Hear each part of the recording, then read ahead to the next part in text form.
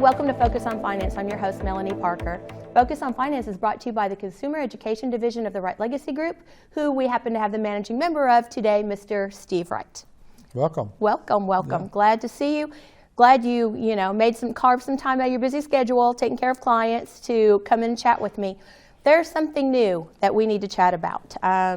Secure Act 2.0. First of all, can you define Secure Act for us? Well, the original Secure Act was passed in late December of 2019 and had many things in it that became effective January 1st of that year, right away. Right. Well, the same thing. Pre-COVID even. Well, and what it basically does, it affects retirement planning, everything to do about your retirement, when to take money out, when you can't take it out, how to contribute, things of that nature.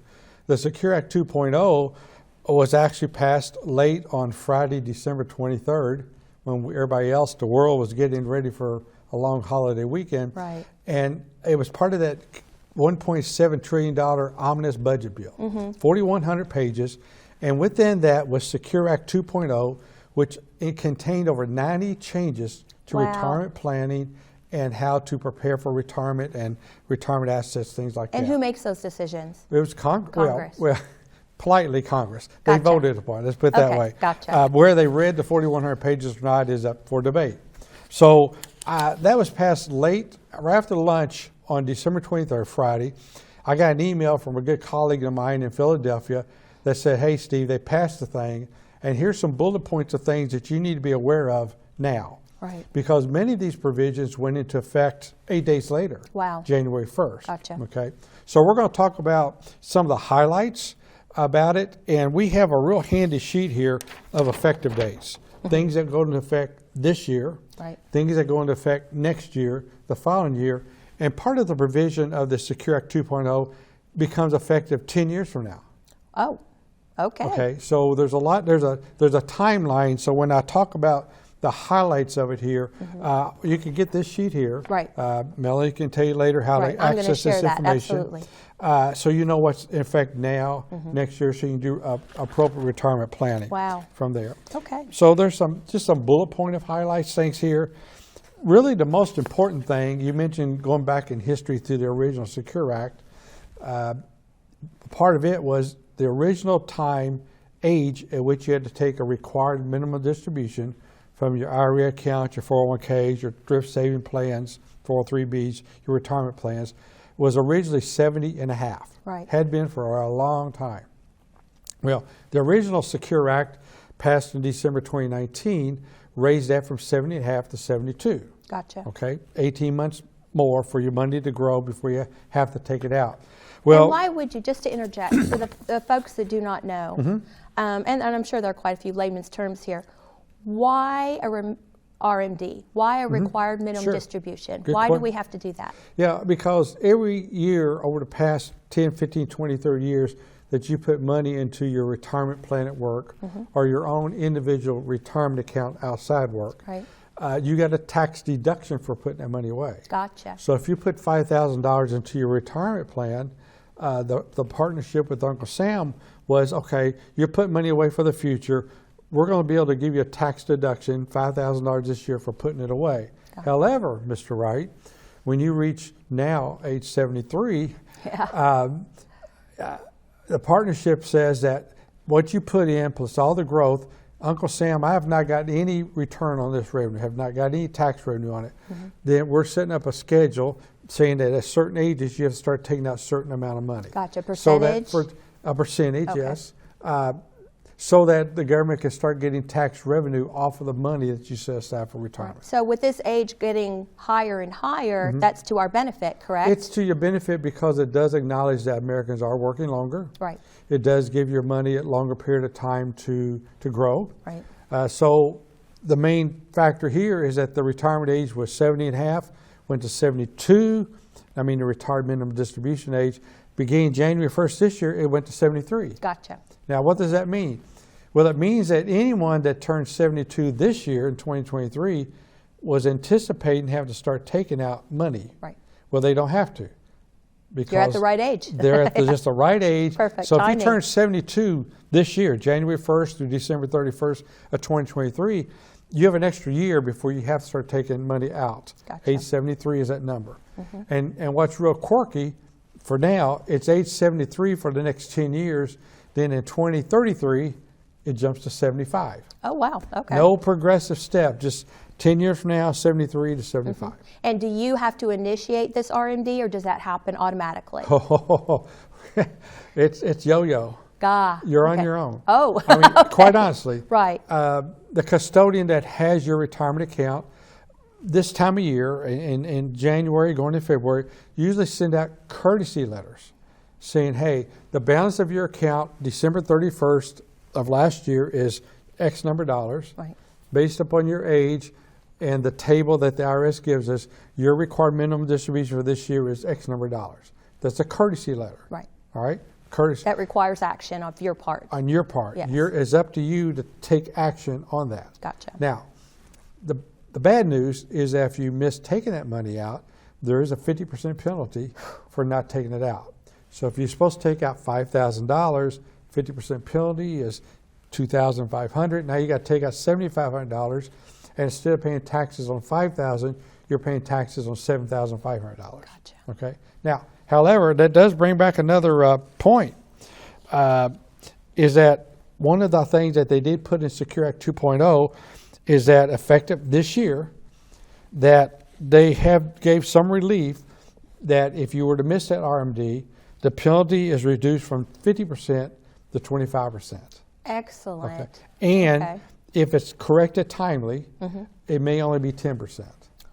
So, so if you missed a deadline, but you're within a small amount. It's not necessarily corrected timely manner is subjective.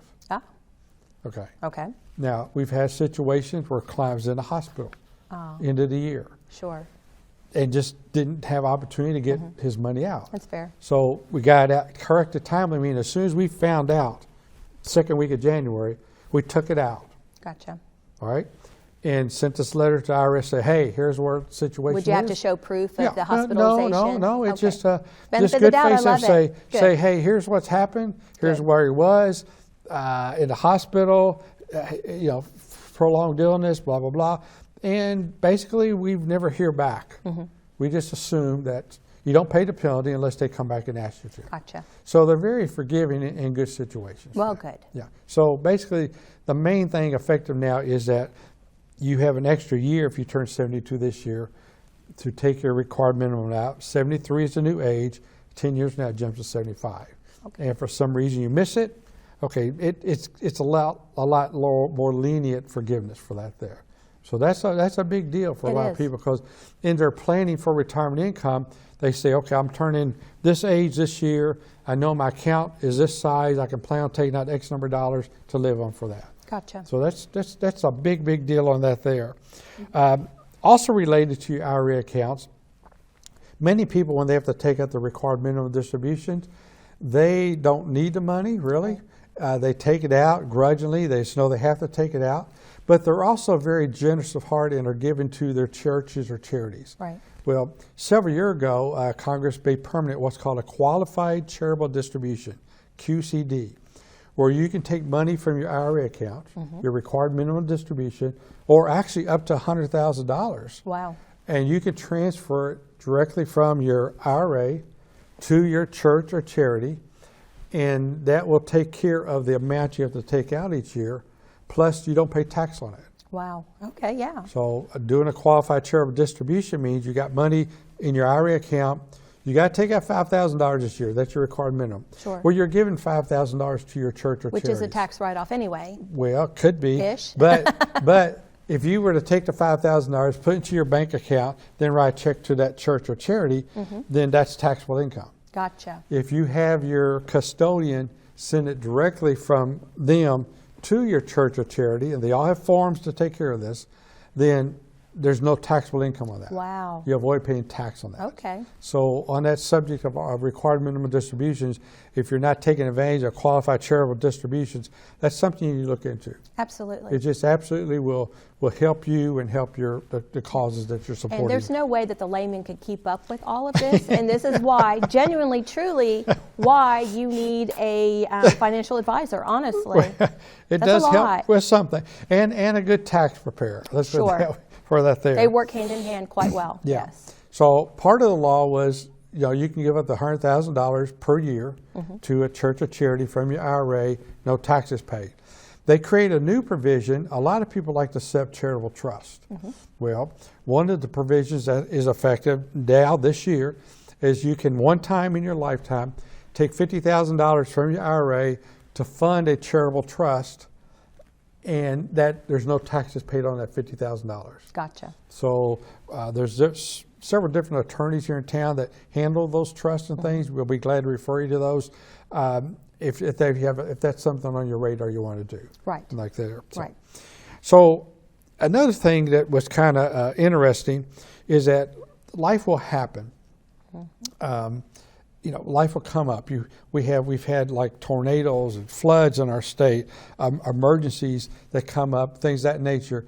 And if you're under age 59 and a half, and most people's largest chunk of money is in their retirement accounts, IRAs, retirement accounts. Right. Most times, if you took money out before age 59 and a half, you incurred a 10% early withdrawal penalty. Right. Okay. So Congress, as part of this massive new book of regulations, put in some exceptions there. And so let me just read a couple This is there. part of the 2.0? Yes, of the Nice. 2.0. Okay. They basically included that if you have terminal illness, effectively now this year, if you have terminal illness or you're in part of a declared natural disaster area, federally declared, which you have several of those in Kentucky, Sure. you can take up to $22,000 out of your retirement account and not pay the 10% early withdrawal penalty. So terminal Wow. illness, Okay. that could be a real common reason why you need to pull money out before age 59 and a half. Yep. If you're under age 59 and a half and you have terminal illness, that's tough enough. Sure. But then they have to pay tax on a penalty on taking money out to care for this, even tougher. Right. So $22,000 on that. They also have set up what's called pension-linked emergency savings accounts. So alongside your workplace plans, you can have a little side account, is the best we can interpret it, where you can have $2,500 in it, starting next year, that you can kind of use as a little emergency fund. Okay. And what about independent policies, if Well, it's not through your employer? Well, as long as it's not, this is only independent, meaning you can always have your own savings account. Right. But this is if you want to have like payroll deduction with your employer Okay. to put money into this little side account. Nice. You have a little emergency and you need $500. You can tap into that Sure. back and forth like Car that. problems, whatever. Right. Yeah. And unfortunately, they did recognize that there's a lot of domestic abuse cases, and to hire lawyers and pay for fees and to cover things, starting next year, you could take $10,000 out without the 10% early withdrawal penalty. Things like that. And one that's intriguing that we're trying to get more detail on is it seems like that you can take out $2,500 a year to help pay for some kind of long-term care insurance, something like that. Now, That's a big now one. that's a real big Yes. quote. I don't have all the details of that, but Right. as soon as I get it, I will. We'll do a whole show about that. Yeah. Just so, because they understand we do have a long-term care crisis. We do. And if people can get some tax deduction or avoid paying a penalty to purchase insurance for that could be a win-win for a lot of people. Absolutely. From there on Yeah. that. So that's kind of quick on some of that there. This was in our January newsletter that, again, we'll show you. You can get a copy of this. Yep. Be glad to share it with you, where we kind of went through this in a little more detail. We are doing a workshop on all this February the 21st. Yes. 4 o'clock at the Hardin County Library. Yep. Right? Good. 100 Jim Owen Drive, E-Town. Okay. Yes. A couple other things here is many people realize that, we talked about IRA accounts that are all taxable when you take the money out. Well, there's another type of savings plan called a Roth, R-O-T-H, IRA account. A Roth IRA is you pay tax money on it today, and then that money is tax-free, and the growth on it is tax-free down the road when you pull your money out. So you pay the taxes as you deposit Exactly, money? yeah. So if you have a lot of other tax deductions as you're working, children, mortgage interest, things like that, and you want to start saving some of all of your money towards your retirement to be tax-free, then you settle up your partnership with Uncle Sam up front. Gotcha. Here, okay. Today I'm going to pay you off today, pay taxes on this, with the agreement that it grows tax-free down the road. All right. So there's no RMD later down the line for a Roth IRA? That's where I'm getting to. Oh, okay. Under current law, before Secure 2.0, if you had a Roth, many workplace plans, you have your regular 401k and a Roth 401k. Gotcha. All right. And now when you turn 73, before Secure Act 2.0, you had a required minimum distribution from the workplace Roth part. Oh, okay. So part of what they did, they cleaned that up so that if you have a Roth 401k, there's no required minimum distribution. The confusion was you could have set up a Roth account on your own out here, and you didn't have a required minimum distribution when you turned 73. Okay. But if you had a Roth account inside your workplace plan, you had one. Gotcha. So they cleaned that up. Regardless of where your Roth money is going forward, there's no required minimum distribution. Wonderful, which means you only pay taxes once. Yeah, Gotcha. when you put front. And that's that's good. It kind of cleaned it up to incentivize you to basically pay your tax now and then let it grow tax-free down the road. Now, one other provision that they did change, so you're at your work, you have your 401k at work, you have your regular 401k, your Roth 401k, you're putting all your money into the Roth 401k. Well, before, your employer contribution had to go to the pre-tax, to the regular 401k. Well, that gets complicated. I know. They couldn't put it into the Roth. Right. Well, part of the new provision here is that now plans can allow, it's not mandated that companies do it, but your employer now, if they're doing a 3% match, 5% match, that company matching can now go to your Roth. Wow, good. Okay. Now, they're matching, if they're paying $4,000 a year as their matching, we'll count to you as $4,000 worth of taxable income Gotcha. that year, but that's fine. It means you got everything in tax-free Roth going forward. Gotcha. So that was kind of a cleanup of some things that was always a little confusing and a little difficult to maneuver around. Yeah, like it's that. a lot of moving parts. Yeah. Yeah, so, in layman's terms, once again, so let's say I have $1,000 and I put it in my Roth. They're going to take taxes out on that, correct? You'll pay tax on it up front, yes. Up front, no, okay. You get no tax deduction for putting that $1,000 in. Gotcha. Yeah. Okay. So then moving forward, when I do my taxes, would I have to continue? Would I never have to pay another tax dollar to that money ever? No. Okay. You paid like it up that. front. Okay. everything. One-time deal. One-time deal. Gotcha. Like that, which is pretty cool. Sure. So it's made it kind of very interesting on that part, how they cleaned up all the Roth stuff. Another thing that really is good. This is I like. You know, we come out of college, we've got student loan debt. Right. All right. Yeah. This whatever you got, okay, and you start working. Great company, and the company says, look, if you put 3% of your salary in, we'll match 3%. Well, man, that's a good deal. It is. Okay, so absolutely. Any match is free that's money, 100% right? gain on My your boss money. taught me that. Yeah. 100% gain on your money, and hopefully you can put it in the Roth side. So, but you're coming out of college, and you may have just got married, may be in your first child or something, and it's like, look, I've got student loan debt. You're wanting me to put $100 a week into my future, 40, 50 years from now, but I got student loan debt I need to be paying $100 on. So here's what's good. Starting next year, 2024, there are matches on student loan debt.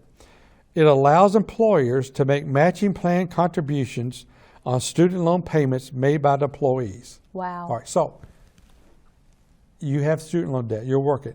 If you put, as we have interpreted, as an employee, you say, Mr. Employer, I'm putting $100 a week, $400 a month against my student loan.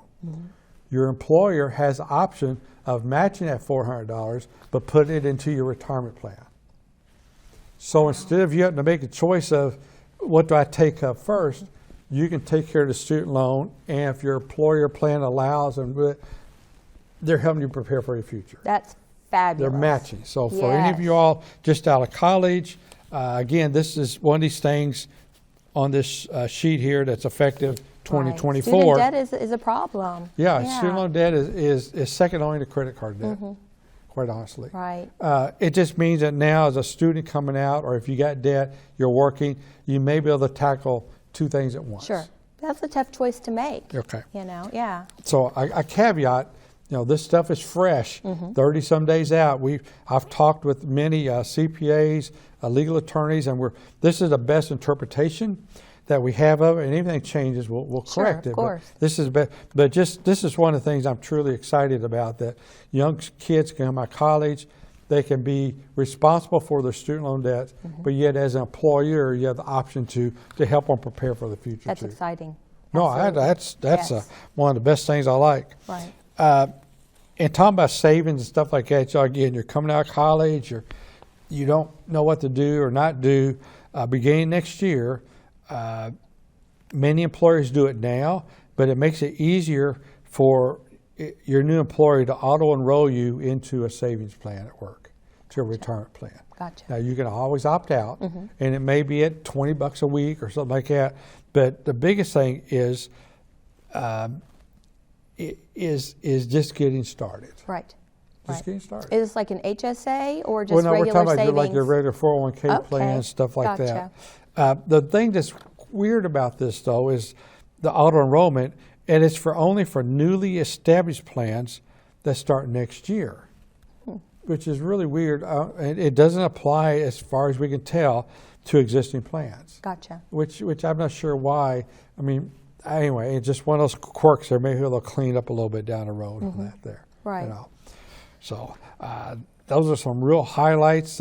There's also, as many people know, as you get towards the age of 50, you do have catch-up contributions. I mean, you can put extra money in over and above someone under age 50. They're leaning towards making those catch-up contributions to only go to the Roth, so that Uncle Sam gets his tax revenue now versus later. So there's some details on that we're still working out. We're working out the numbers and how much and things of that nature there. But just know that if you're going to do extra savings as you get 50 or above, it may be only allowed in the Roth side of our workplace plan from there and everything. Yeah. I think it's important to let folks know that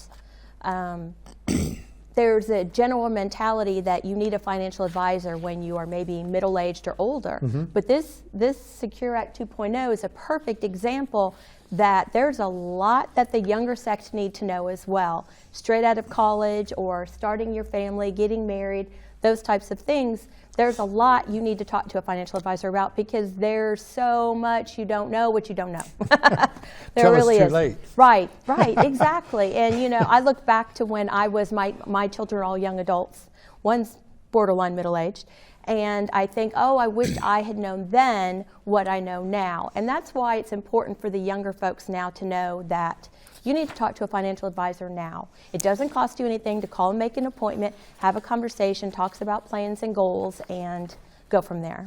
And then talking about college and savings stuff, the last thing I'll mention, a lot of people put money into 529 college savings accounts. I've heard of that.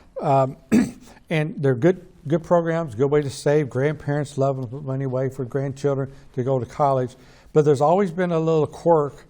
Okay, so we put this money into this 529 plan, and of course your granddaughter is brilliant or a very good athlete. They get 100% scholarship, but you got all this money over here that you don't need. Right. What do you do with it? What do you do with it? Okay, so under the Secure Act 2.0, beginning next year, is that if you have money in this college savings at 529 plan, that you can eventually, over the course of the lifetime of that student, you can roll over $35,000 from that 529 plan into a Roth IRA in that child's name. Okay, wow. So any leftover money can then be put over a yearly basis into a Roth IRA of their name. I love it. So grandma, grandpa, parents, you're basically, the money's going to be put to a good purpose. If they don't need it, left over, it can eventually get put over into a Roth IRA for their name. That's wonderful. And that's wonderful. So it kind of helps clean up. There's some details about here we're still working out, but those leftover funds, or what you use part of the money and the money's left over, what do you do with it? this has become a very good way to know that you're preparing them for their future with tax-free money. Right. You definitely want to keep as much of that money in your own pocket and not Uncle Sam's. Right. So I'm saying, that's one thing, again, that's the broad general outline how that's going to work. Sure. We're getting more detail, but just know there is a better option for these leftover 529 funds. Wonderful. That's good information. Yeah. If anybody wants a copy of these newsletters that Steve has been referencing to, go to writelegacy.com. That's WRIGHT legacy.com, and click on newsletters. And all of our newsletters from at least a year back, I'm sure, are in there. There's You might be able to post this on the website. Yes. maybe Let's too. see if we can do that. Okay. We might be able to do that as well. There's information shared here at the end about the Secure Act 2.0. Can we look forward to a Secure 3.0 next year? Is this going to be an annual thing, or we just don't know? It's so new. I hope not. Right. It's a lot. It's a lot of new 90-some information. changes is a lot to digest. Sure. And to get the bullet points, and for a lot of this to be scattered over 10 years, it's a lot of information. It is. But we're trying to work through and get the real details right. over there. And what financial advisors like Steve and working with local CPAs and elder law attorneys and that, they are professionals in what they do. No one entity knows everything. So we do have a lot of great connections and relationships with local people. So give the Right Legacy Group a call and talk to the office manager, Julie. She will put you on Steve, Austin, or Andrew's calendar, 270-723-0333, 270-723-0333. Doesn't cost you anything to come in. I make a mean cup of coffee, have a conversation, and let Steve get you set up for your future, regardless of your current age. Might mention the workshop one more time. All right. Coming up. All right. February 21st, 4 p.m., we have a workshop to go over the second half of 2.0 bullet points. Look those up on the website, writelegacy.com. Give me a call. My number is attached, and we will save you a seat in our workshop, and you can ask some questions directly to the boss. Thank you so much for joining us, Steve. Thank you for your time. Sure. You are a crazy busy man, and we appreciate your time. I'm Melanie Parker. Thank you for tuning in. Call us. We're happy. We're always there for you. Have a good day.